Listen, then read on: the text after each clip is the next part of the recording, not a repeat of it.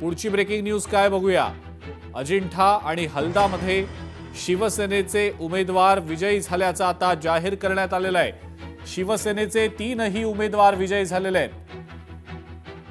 अजिंठा आणि हलदामध्ये शिवसेनेचे उमेदवार विजयी झाल्याची ही ब्रेकिंग न्यूज आपण पाहतो आहोत। पुढची ब्रेकिंग न्यूज बघूया। तुळजापूरमधली सिंदफळ गटातनं भाजपचे 2ही उमेदवार विजयी झालेत। करमाळ्यामध्ये भाजप नेत्या रश्मी बागल पुन्हा एकदा पिछाडीवर पडल्याची माहिती मिळतेय। राष्ट्रवादीच्या उमेदवार राणी वारे सध्या आघाडीवर असल्याचं समजतंय।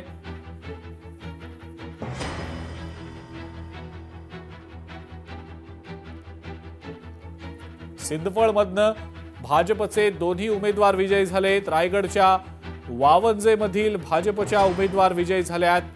कमला देशेकर या भाजपच्या उमेदवार विजयी झाल्याची माहिती मिळतेय। या विजयानंतर कार्यकर्त्यांनी एकच जल्लोष देखील केलेला आहे।